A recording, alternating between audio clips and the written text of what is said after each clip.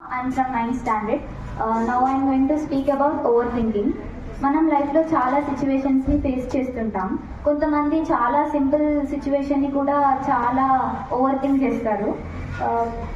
ఒక చిన్న ప్రాబ్లమ్ని కూడా పెద్ద ప్రాబ్లం లాగా మైండ్లో బిల్డ్ చేసుకుంటారు.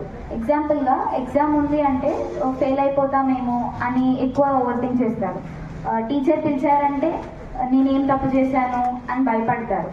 అండ్ ఫ్రెండ్ మెసేజ్కి రిప్లై ఇవ్వకపోతే నన్ను ఇగ్నోర్ చేస్తుందేమో అని అజ్యూమ్ చేసుకుంటారు. బట్ రియాలిటీ ఏంటంటే 90% ఆఫ్ ఓవర్ థింకింగ్ ప్రాబ్లమ్స్ అస్సలు జరగవు.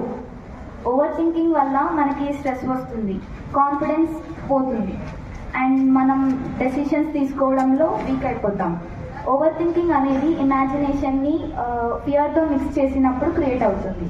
మన మైండ్లో నెగిటివ్ స్టోరీస్ ఆలోచించుకుంటే మనం మైండ్లో నెగిటివ్ స్టోరీస్ని క్రియేట్ చేసుకుంటాం.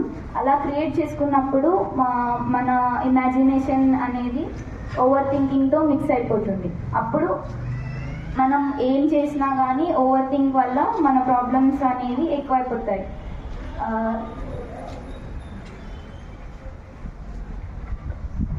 మనం ఓవర్ థింకింగ్ తగ్గిస్తే లైఫ్ పీస్ఫుల్గా ఉంటుంది, మైండ్ క్లియర్గా అవుతుంది, అండ్ మొత్తానికి మనం స్ట్రాంగ్, కాన్ఫిడెంట్ పర్సనాలిటీగా మారిపోతాం.